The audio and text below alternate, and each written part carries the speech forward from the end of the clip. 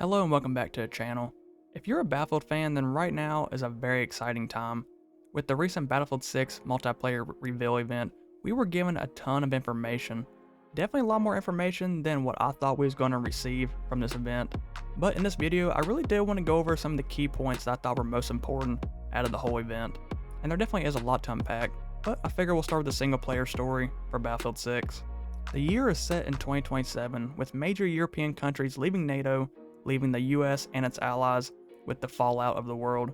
As many countries do look towards this new massive private military group known as Pax Armada, the US and its remaining NATO allies try to establish order by looking towards a group of Marines called Dagger 13. And from this event, we did get a few name drops. Seems like our main character's name is going to be Murphy, with another key character being Agent Mills. And with this, we weren't given too much more information about the story of the game. And me personally, I'm definitely glad to see Battlefield showing some focus on a single player game mode. Even though I do naturally gravitate towards multiplayer, it is good to have options, and every now and then it is good to sit down and play a good single player story. And it does seem like Battlefield's focus is on the character building in this game, really wanting to make them memorable.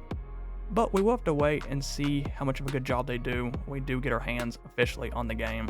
But switching over to multiplayer, we do have maps and game modes to go over. We will be getting 9 maps at the release of Battlefield 6, plus with an addition of a remake of Operation Firestorm. And with these 9 maps releasing with the game, it definitely seems like we will be fighting all over the world, ranging from Egypt all the way to Brooklyn, New York. And they did show that some of these maps will be close quarter combat, while some of the other maps will be mainly focused on large scale combat. And I am definitely glad to hear more of that close quarter combat, because that was lacking so much in Battlefield 2042, especially at the beginning of the year, but they did eventually add in some close quarter maps over time.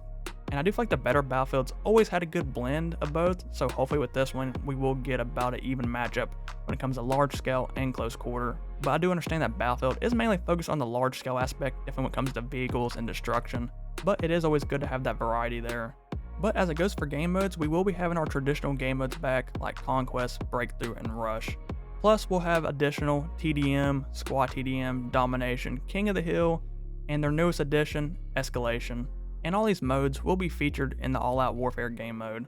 But definitely when it comes from a variety standpoint, it's definitely good news to hear all these game modes coming to the game, definitely at release, because with Battlefield 2042, I believe at release we only had Conquest, Breakthrough, and Rush, which is definitely good, but you want so many more options in games. I remember all the way back in the day playing Capture the Flag on Battlefield 3. I would love to see that make a return, but I don't think it's going to happen.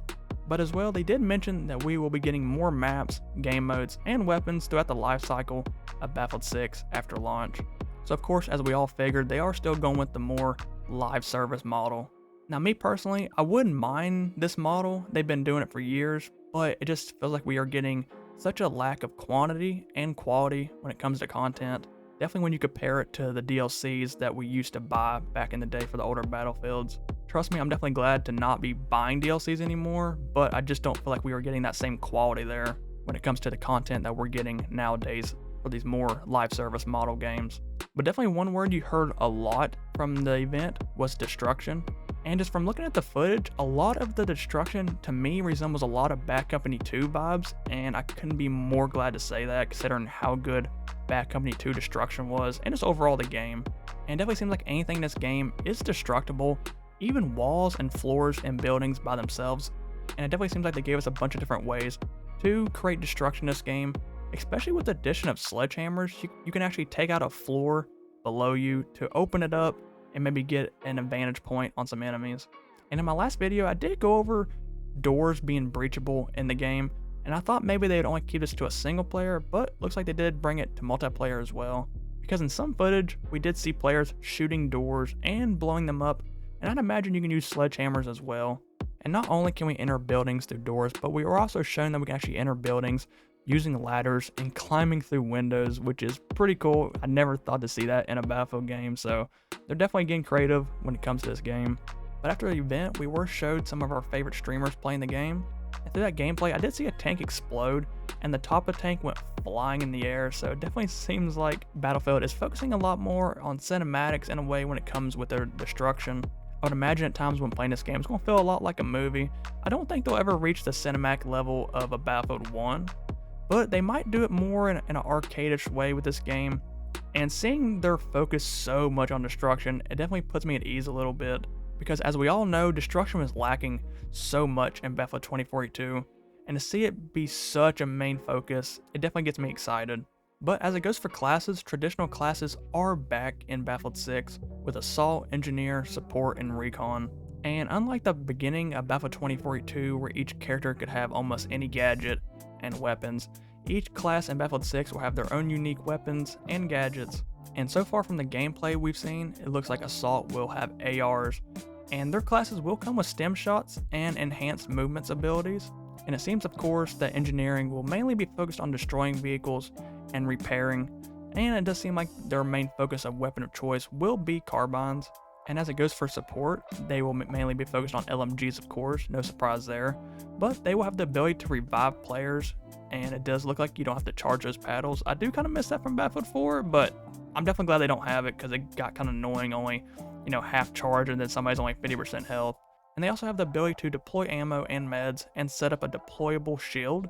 And I will say, so far, I'm definitely liking the way Support class is looking. Me, I've always been a medic, so got a feeling I'll definitely be using Support class quite a bit.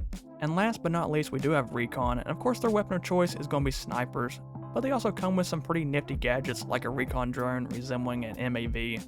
And we were shown that Recon does have C4 as one of their gadgets. I was pretty surprised not to see this in the Assault category, but not too surprised, because in Battlefield 4, Recon did have C4 in that game as well, but it wasn't primarily for Recon. I believe that the Support class had it in that game also.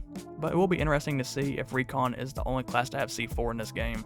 It's definitely going to make Recon a more viable option to use. But when it comes to movement and gunplay, I'd say in general the movement seems more heavier and realistic, with of course the biggest and newest addition is having the ability to be able to drag down teammates. And I have actually seen this animation before in other game modes like BattleBit. And if you've never heard of BattleBit, it is pretty much a Roblox-like Battlefield game. And in this game, like I mentioned, you can drag your teammates, but they actually went a step farther and made it where you can actually drag down enemies. So it's kind of cool. You can shoot an enemy, drag them around a little bit, and toy with them in the kill cam. Now, I don't think Battlefield will go as far as this, but having the ability to drag teammates, it's definitely going to add to some exciting gameplay. And I was definitely surprised to see a lot of Battlefield 5 mechanics make it to the game, but I was definitely glad to also see it, because we are going to get crouch running back in the game and have the ability to roll in certain situations. But it does seem like rolling might only be in the case of a falling situation, so I don't think it's going to be OP. You're not going to see people just rolling around the whole time in the game. And we were also shown that leaning and peeking corners are back, and it looks like it is going to go off kind of the Battlefield 4 formula. You really can't lean and peek at all times. It has to be only around a corner. But not only that, we also have the ability to mount weapons for more stability when shooting. But in some of the streamers' gameplay that we've seen, I did see that the ADS sway is pretty prevalent in this game, really adding to the realism. It's going to make it a lot more difficult to hit shots, but I don't imagine it'll be too difficult to a point where it's almost impossible to hit shots. And a little side note, we do see that damage numbers are back in the game. Not sure if it's mandatory to have it on in the settings. I'd imagine you could probably adjust it, but I thought it was important to mention if you do like using it. Me personally, I never got to a point of turning it on in Battlefield 2042. I've seen that some people do prefer it. Me, I just left it the way the game came. Never even really thought about turning it on. And of course for vehicles, we've seen a lot of classics like tanks, helicopters, and jets, with a bunch of different varieties when it comes to these vehicles. And we were shown a cool and newly added feature where you have the ability to hang off tanks. And by them doing this, it really does add to the amount of players that can be transported at one time. And one thing I was sad to see, or not see, was there are no sea vehicles in the game. Now, it's not confirmed that there's going to be none whatsoever, but for them to not even mention it, I got a feeling sea battles will not be making a return in Battlefield 6. And me personally, I'm not a big fan of that. I definitely did like having sea battles back in Battlefield 4, but it is understandable in a way, because I mean, for a lot of people, that's not really what the focus of Battlefield is. Most of the time, the fighting is happening on land, but I always do like having more options when it comes to Battlefield.